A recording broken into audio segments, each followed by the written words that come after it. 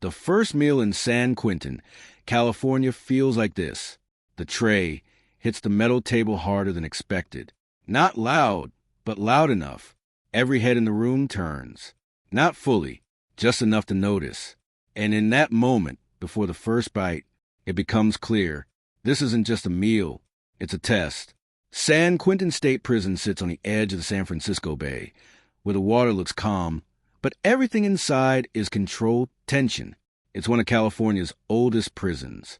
Concrete, steel, and routine layered over decades of history. There's no gentle entry into this place. Processing strips everything down quickly. Names are replaced.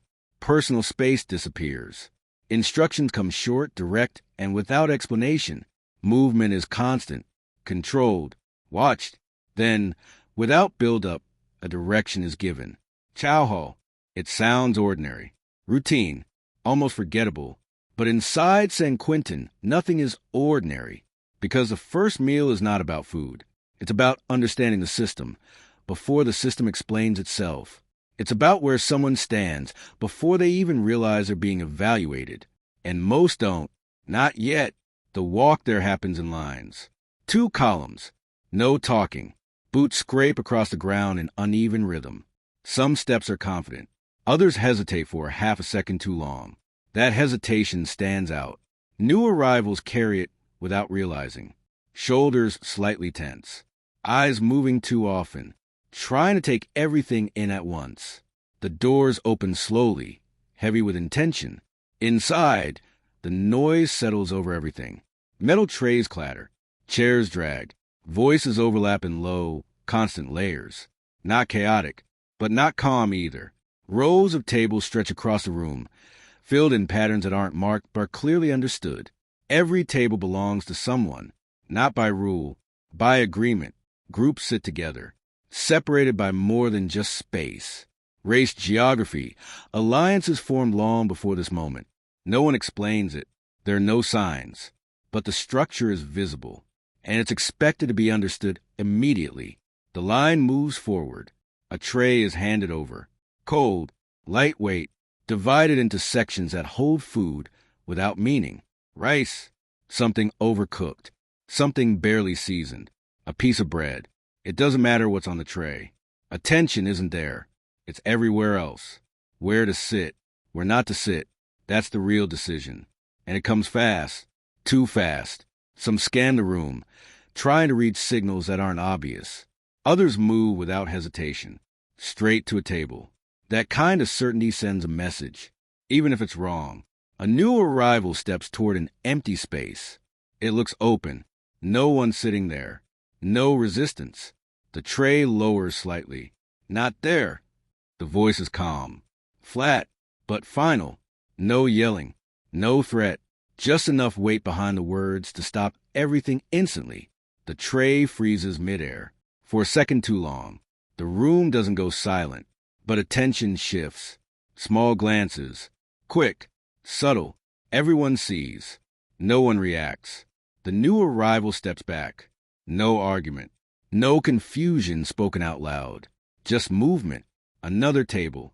Another attempt. This time, the seat disappears before the tray can settle. Someone else sits first. Deliberate. Controlled. The message is clear. Eventually, a space is found. Not ideal, but allowed. The tray is placed down carefully this time. No noise. No sudden movement. The first bite doesn't come immediately, because eating isn't the focus. Awareness is. Every movement feels exposed, not aggressively, but constantly. A fork scraping against the tray sounds louder than it should.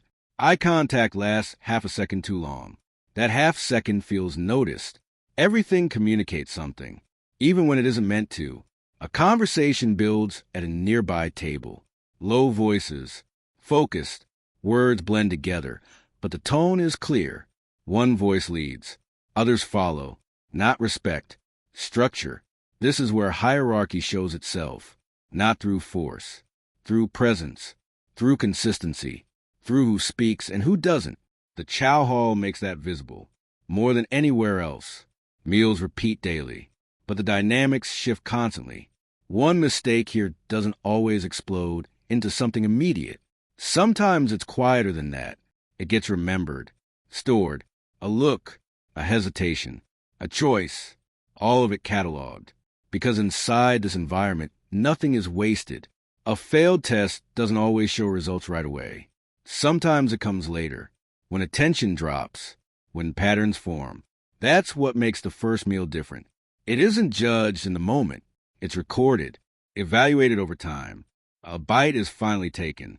It doesn't taste like anything specific, but it feels heavier than it should, because the environment changes everything. Even something as simple as eating. Across the room, tension shifts. Subtle. Two inmates lock eyes. Something said too quietly to hear, but it's enough. Body language tightens. The people at their table lean back slightly, creating space. Distance. Prepared but not reactive. Seconds pass. Nothing happens. The tension dissolves. Just like that. Because escalation isn't always the goal. Control is. And that control is learned, repeated, reinforced. The chow hall teaches it fast. The meal ends quickly. No announcements. No signals. Just movement. Trays emptied. Stacked. Returned. No one lingers. No casual conversations stretching beyond their place. Lines form again. Order returns. And just like that, it's over. But something has already been decided. Not spoken. Not confirmed. But understood. Placement. Awareness. Position. The first meal inside a place like San Quentin triggers a specific response in the mind. It begins with hyper-awareness. The brain starts scanning everything. Faces. Movements. Tone. Distance. Nothing is ignored. This is survival instinct taking control. There isn't always a clear threat, but the possibility of one is constant. And that's enough. Stress levels rise. Adrenaline settles just below panic. Not overwhelming, but persistent. It doesn't leave. It stabilizes. Over time, that state becomes normal. The mind adjusts. What felt intense at first becomes routine. But that adjustment comes with a cost. Emotions begin to flatten. Reactions become controlled. Trust narrows. Sometimes it disappears completely. Small decisions become complex. Where to sit is no longer simple. It's layered with consequence. Every action is processed through risk. Who is watching? Who is connected? What it means. Even silence carries weight, especially silence. Power forms quietly. No one announces it. No one needs to. It shows through behavior, posture, tone, consistency.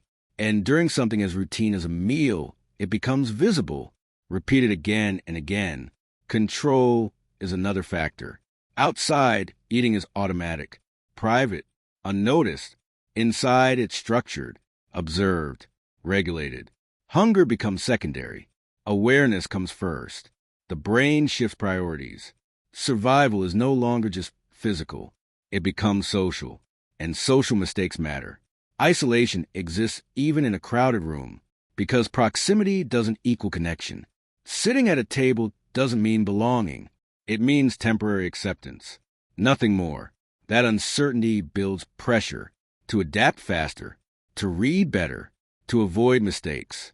Over time, people adjust. Some learn quickly, others don't, and the difference shows.